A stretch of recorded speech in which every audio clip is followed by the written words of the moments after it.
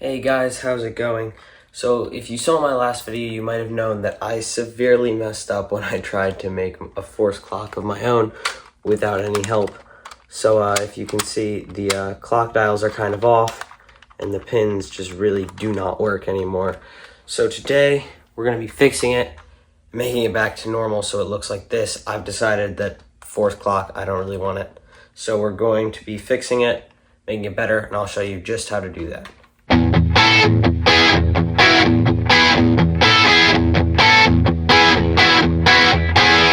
Alright, so to start, we're going to want to unscrew all of these screws here so we can take the whole thing apart and then move the cogs around in a way that'll then hopefully fix this. Okay, give me a minute, I gotta find a screwdriver. You really just need any small screwdriver. Most cubes will come with these if you have other ones. So we're just gonna unscrew all of these. We wanna try and keep these nuts in the clear part, but it's all right if they come out.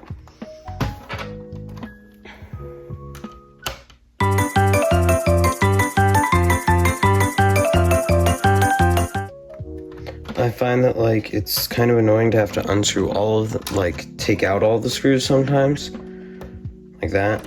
But if it's like this, then it's yeah, see, that one came out. But see, we lost the bolt on the other side. So we just want to make sure that we keep that safe while we change. See how that one still has its nut, but that one has come out. So we're going to want to keep doing this. You usually do not need to take out the screws all the way.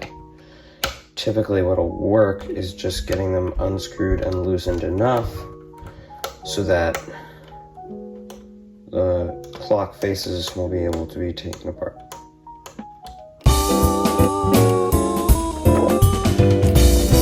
Alright, now once you have the screws all loose enough, you should be able to just pop off one of the sides like that, keeping the screws inside the case, not like that, then they come out. Just kind of put that to the side, and then we want to carefully, we don't want to have anything fall apart. You want to keep everything in place and take off the other side. All right, so now we have to fix this issue. All right, so firstly, what we want to do is carefully separate the blue from the white sides. You kind of have to get a nail in there or something to try and separate them. Can be a little challenging. You want to make sure that you go around unclipping it all, and then now it's disconnected, but the magnet strength in here is very strong, so that happens, you know. All right, so we're gonna want to take apart all the pieces now. So these ones are the corners. These are always, one piece with their two sides. Then it's these, geez, oh my god. Then we have the pins. They look like this. They've got magnets on the ends and all that. They all want to stick to each other. Then we have all of these pieces. There are a bunch of white halves and blue halves, and when the clock is complete, they'll all match up like that. So this one's facing up, and then directly on the other side, they're both facing in the same direction.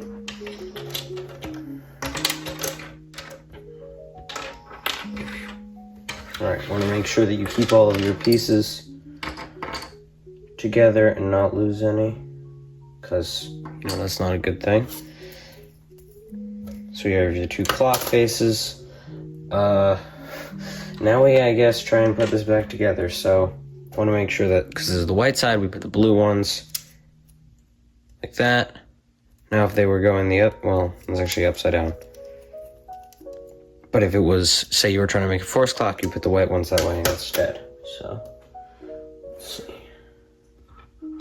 I guess we could start by putting in all of the faces. Make sure that they're all facing the little red. They give us the little marks, see? That's up, that's up. So we know which way is up even if we're looking The other side, and in the clocks you can see the little white is the hand itself.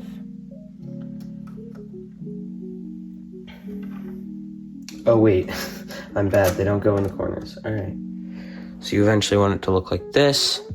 Each one has the white hand facing the red at the top, which is, if I can turn around without it falling apart, solved on this side. Alright, next. Let's see. I think we're gonna try and do the corners next, so let's keep those lined up. These are a lot bigger than the halves of the other one. Yeah, no, it's not. Like so. This one's quite simple, really. Like that. So we do the pins. The pins get difficult, so what we need to do is get that into there adequately. But the magnet strength is very strong on all of this, so you kind of, there we go. You just got to try and like really just hold the corner in place while you do this. So if you can see, the pin is there. So you just kind of have to keep it very centered as you put it in. It's going to kind of want to stop right there. Push it down all the way. So if you can see what we're doing, we're putting right in there. It's going to stick because that's where the magnets are. I'm going to line it up with the cogs and carefully push it through.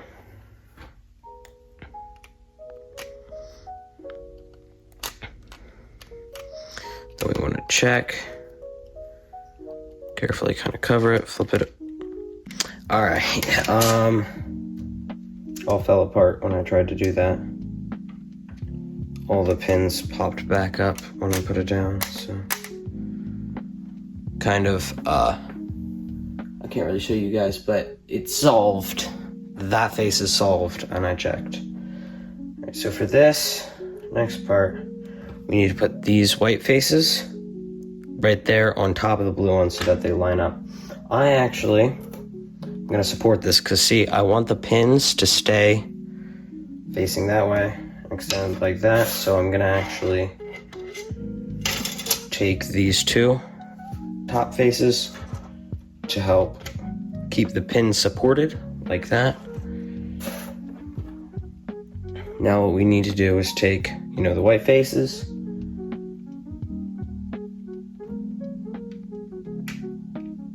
carefully place them kind of right on the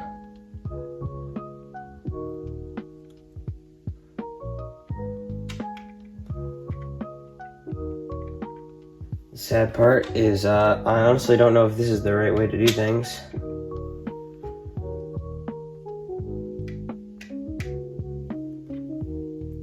Yet they're all sort of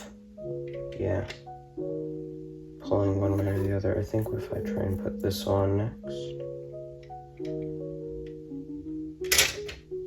they're all gonna stick. This side isn't lining up. Why isn't it? Okay, okay. So we got the other face on. You have to be careful with this because of the magnets. The only one that's off is this one. So we gotta carefully take this off or move it over, okay? And then when we push it back through, everything works. The clock, the pins are moving smoothly like they should. All of the hands are facing 12 o'clock and everything is in position.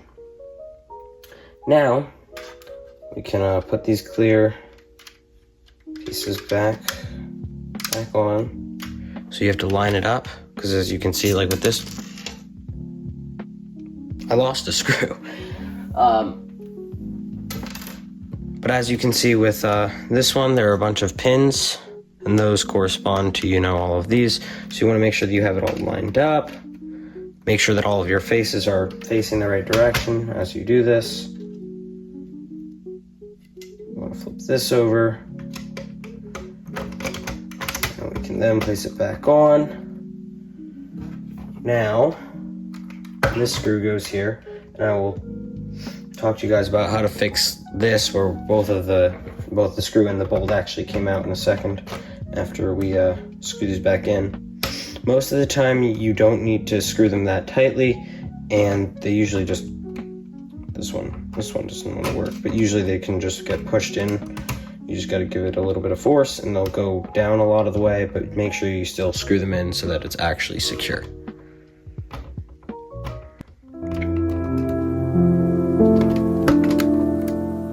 And if you want to like wash the back of the bolt, make sure it doesn't go flying, you can do that as well.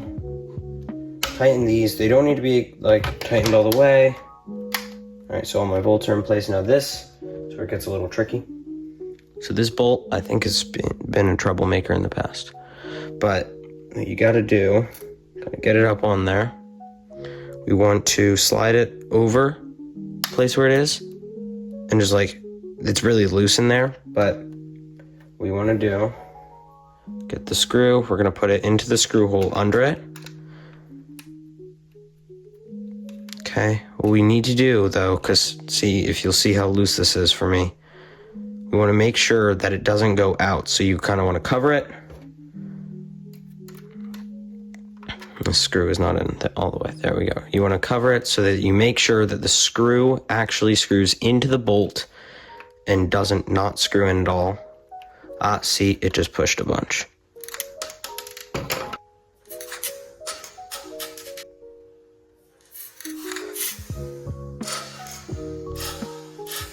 Oh gosh. Alright, we're gonna have to start that part over because the bolt left us again.